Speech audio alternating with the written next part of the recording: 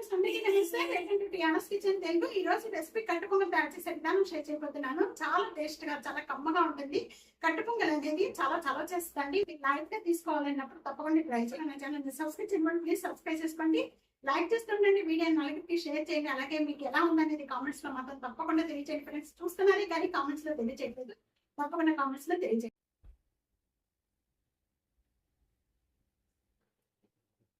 ముందుగా ఈ కట్టు పొంగల్ తయారు చేసుకోవడానికి 1 కప్ మనం బియ్యం తీసుకుంటే 1 కప్పు పెసరపప్పు తీసుకోవాలి. ఈ రెండు కలిపేసేసి కుక్కర్లో వేసేసుకోండి. 4 టైమ్స్ బాగా క్లీన్ చేసుకోవాలి. మనం ఏ కప్పుతో అయితే మనము బియ్యము పెసరపప్పు తీసుకున్నామో సేమ్ కప్పుతోనే 6 కప్పులు అనమాట. అంటే 1 కప్పుకి 3 కప్పులు వాటర్ చొప్పున 6 కప్పులు వాటర్ యాడ్ చేసుకోవాలి. అప్పుడే మీకు చక్కగా పర్ఫెక్ట్గా వస్తుంది పొంగల్ అనేది. మెత్తగా ఉండాలి పొంగల్. వాటర్ యాడ్ చేసేసేయండి.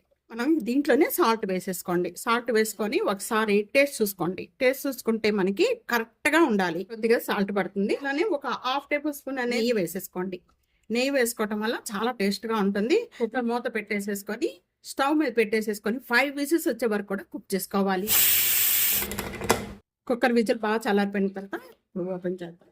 ఉడుకుకోవాలి రైస్ అంతా కూడా. కప్స్ వాటర్ తీసుకుంటే ఈ విధంగా మెత్తగా ఉడికిపోతుందండి. చక్కగా ప్యాన్ లో 4 టేబుల్ స్పూన్ గీ వేస్తున్నాను. గీ అనేది కట్టె పొంగల్లో ఎక్కువ పడుతుందండి. ఎంత నెయ్యి వేస్తే అంత టేస్ట్ వస్తుంది. నెయ్యి బాగా కాగిపోయిన వెంటనే కూడా మీడియం ఫ్లేమ్ లో పెట్టేసేసుకొని ఇవన్నీ కూడా వేయించుకోవాలి. పచ్చిమిర్చి, జీడిపప్పు ఎంత ఎక్కువ తీసుకుంటే అంత టేస్ట్ వస్తుంది. 1 టేబుల్ స్పూను జీరా, 1 టేబుల్ స్పూను మిరియాలు ఇలా కచ్చిపిచ్చిగా నూరుకొని వేయండి.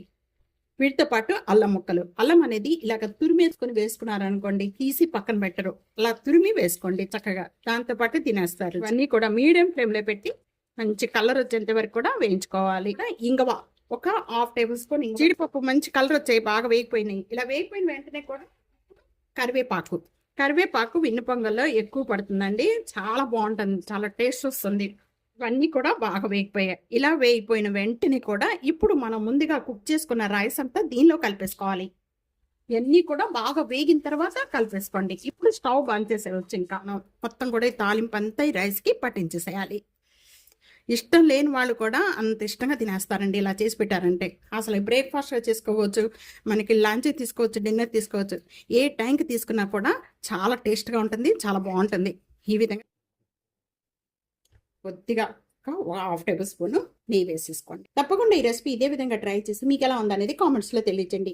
వీడియో నలుగురికి షేర్ చేయండి. టియానాస్ కిచెన్ సబ్స్క్రైబ్ చేసుకోండి. Thank you.